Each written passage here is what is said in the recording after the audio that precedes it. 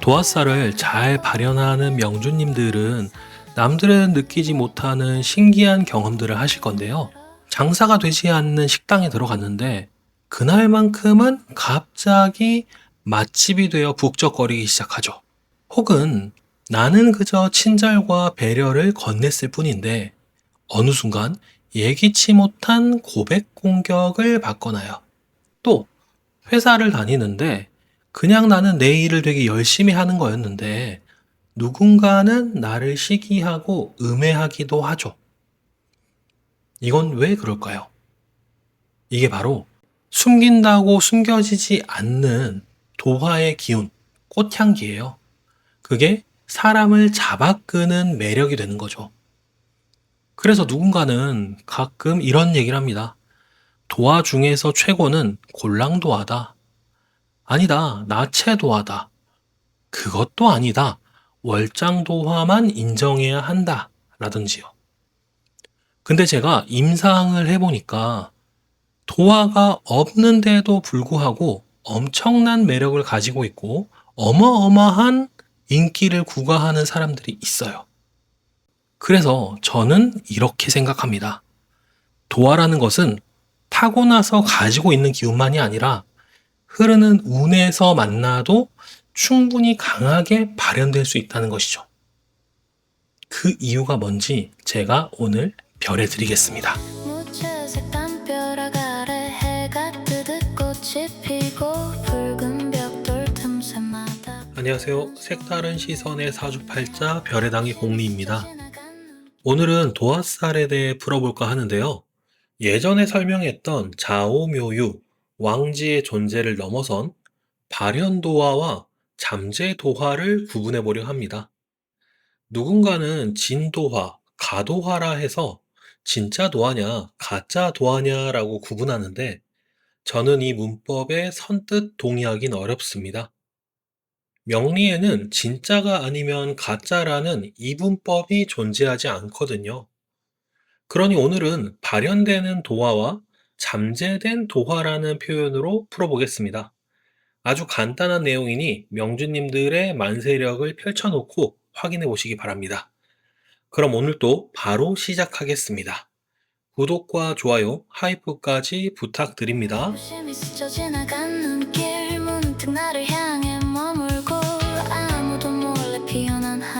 사주 명리에서 말하는 현실의 영역인 12지를 살펴보면요.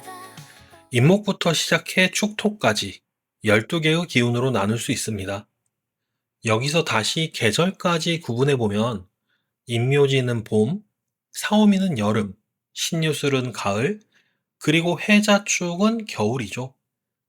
그런데 이 사계절도 다시 세 단계로 나눌 수 있는데요. 계절이 태동하고 시작되는 기운은 생동감이 넘친다 하여 생지라고 합니다. 그리고 기운이 가장 왕성하게 넘쳐나는 시기는 왕성함의 극치라 하여 왕지라고 하죠.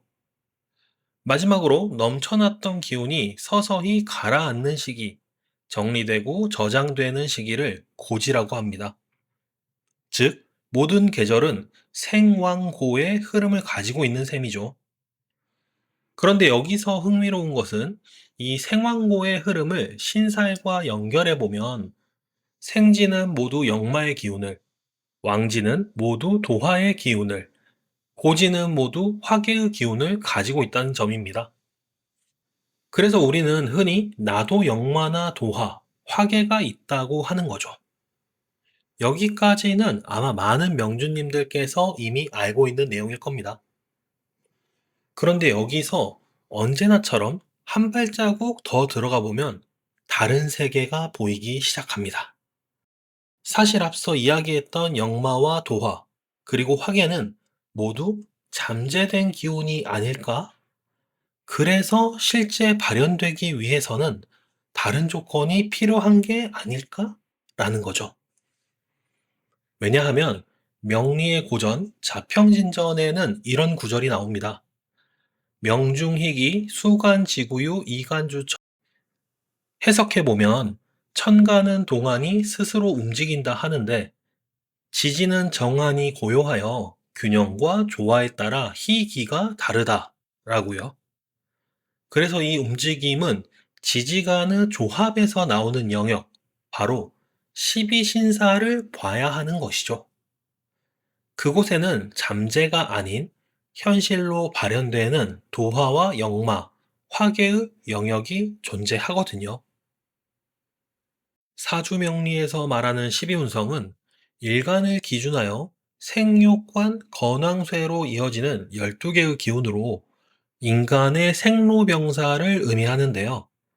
오늘 이야기할 12신살은 지지와 지지가 만나 만들어내는 현실의 움직임과 사건을 의미합니다.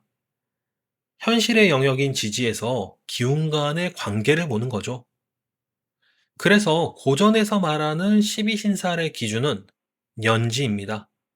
태어난 해의 지지, 즉 띠를 기준해요. 그런데 현대에 와서는 연지가 아니라 일지로도 복원합니다.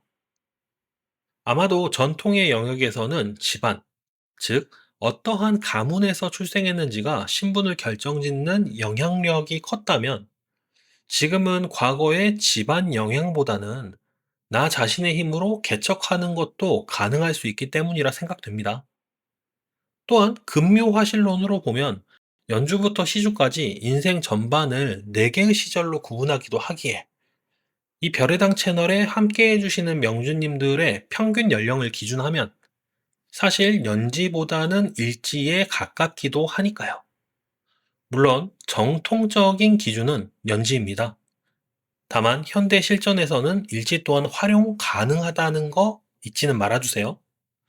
자, 그럼 바로 발현도화와 잠재도화를 구분해서 알려드리자면, 발현되는 도화살은요, 12신살의 연살입니다. 연살은 다른 말로 매력살이라고도 해요. 어떠한 글자를 기준해도 이 연살은 좌오묘유, 왕지만 해당되거든요. 그리고 반대로 잠재된 도화는 연살이 아닌 나머지 왕지가 해당됩니다. 이건 헷갈리실 수 있으니 전통을 기준하여 알려드릴게요.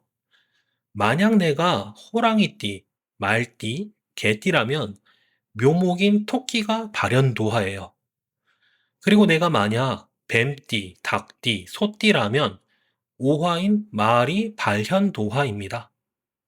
여기에 내가 만약 원숭이띠, 쥐띠, 용띠라면 유금인 닭이 발현도화고요. 마지막으로 내가 만약 돼지띠, 토끼띠, 양띠라면 자수인 쥐가 발현도화입니다. 언급한 발현도화 외의 좌오묘유가 있다면 그건 잠재도화예요. 그리고 전통이 아닌 현대, 일지를 기준해서 봐도 저 글자들이 전부 발현도화는 맞습니다. 그래서 만약 내가 발현도화를 가지고 있다면 이것은 현실에서 영향력을 발휘해 사람을 이끄는 매력, 숨길 수 없는 꽃향기가 현실로 드러나는 도화를 발현하는 것입니다. 반대로 발현도화가 아닌 잠재도화를 가지고 있다면 꽃은 꽃인데 화려한 장미나 백합이 아니라 들꽃과도 같습니다. 이것은 발현이 안 된다는 것이 아니라 풀꽃이란 시와 같이 자세히 보아야 예쁘다, 오래 보아야 사랑스럽다, 너도 그렇다 인 거죠. 자세히 보아야 예쁘다 오래 보아야 사랑스러워. 제가 처음에 언급했던 도화살은 운에서 만나도 도화입니다 라고 했잖아요. 이것은 다른 말로 보면 운에서 연사를 찾으면 도화가 발현된다고 보셔도 됩니다. 여기에 지지의 발현도화가 하늘의 뜻인 천간에 닿았으면 그야말로 매력 발산의 시기인 거죠. 그리고 또 여기서 천간에 정제나 정관까지 함께 떴다면 귀에서 종소리가 들리며 천생연분을 만날 수도 있는 시기겠죠? 다시 도화에 집중해보면 어린 시절 조용하고 소심하고 눈에 띄지 않던 친구였는데 어느 날 갑자기 연예인이 되고 인플루언서가 되고 유튜버가 되어 매력 발산을 하고 있는 것. 이게 바로 잠재 도화를 가졌거나 도화 자체가 없는데도 연살의 발현 도화를 만나서 그렇게 되는 겁니다. 나는 도화가 없어서 매력이 없는 걸까? 라고 생각하실 필요가 전혀 없는 거예요. 그래서 도화는 타고나는 것도 있겠지만 살아가며 만나는 것도 도화로서 인정할 수 있는 것입니다. 참, 자오묘유 도화에 대한 상세한 기운은 너무 많은 분들이 풀었기에 저는 오늘 다루지는 않겠습니다. 오늘은 도화가 무엇인지보다 언제 어떻게 발현되는지를 별해드리기 때문이에요. 다만, 한 가지는 꼭 강조드릴게요. 도화란 현실에서 반드시 외모로만 발현되는 것이 아닙니다. 때로는 피리 부는 사나이처럼 사람들을 자연스럽게 모으는 인간관계의 중심이 되기도 하고, 때로는 팔이 날리고 무너져가던 사업장을 살려내는 핵심 직원이 되기도 합니다. 또 때로는 노래와 요리, 그림처럼 완성된 결과물이 사람을 끌어당기는 매력이 되기도 하죠. 결국 도화란 사람을 끌어당기는 힘이지 외모 하나만을 의미하는 것은 절대 아닙니다. 간혹 꽃은 꽃인데 향기 없는 꽃이 있다고도 하죠. 근데 그건 그냥 도화의 거리감일 뿐입니다. 장미는 멀리서도 눈에 띄고 들꽃은 가까이 다가가야 비로소 아름다움이 보이거든요. 도화 역시 그런 차이일 뿐인 거죠. 햇살 닮은 작은 얼굴 아무도 몰래 자라온 시간 이제 너를 불러본다. 여기까지 오신 명주님들은 이런 궁금증이 하나 생기실 거예요. 내 원국에 있는 월지나 일지에 있는 자오묘유 왕지는 도화살이 아닌가요? 라고요. 물론 도화살이 맞습니다. 게다가 월지나 일지에 도화를 깔고 있다는 것은 12신사를 넘어선 원래 타고난 기운으로서 갖추고 있다는 거예요. 그렇기 때문에 이것이 도화가 아니라고 말씀드리는 건 아니고요. 오늘 제가 별해드리는 내용은 이겁니다.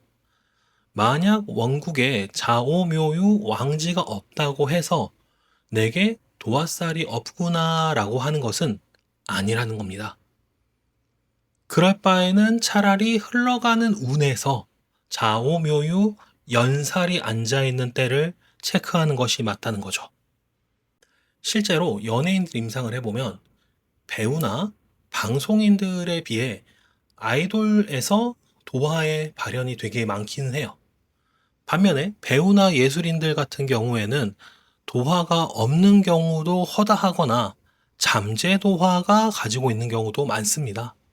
그럼에도 불구하고 아름답다고 칭송받는 배우들조차도 가지고 있지 않은 경우가 있어요.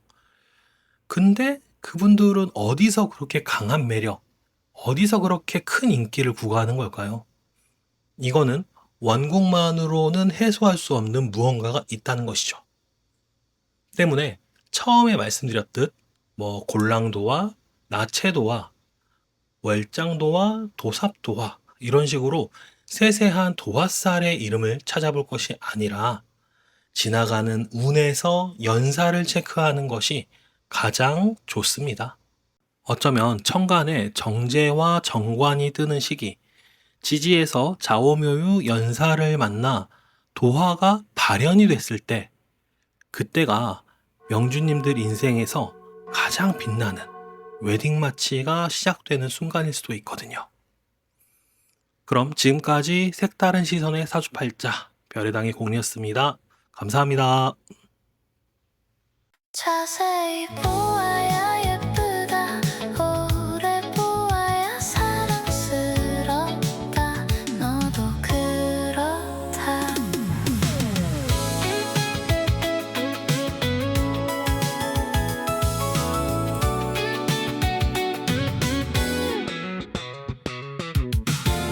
무채색 담벼락 아래 해가 뜨듯 꽃이 피고 붉은 벽돌 틈새마다 푸른 손을 내밀었네 유심히 스쳐 지나간 눈길 문득 나를 향해 머물고 아무도 몰래 피어난 하루 너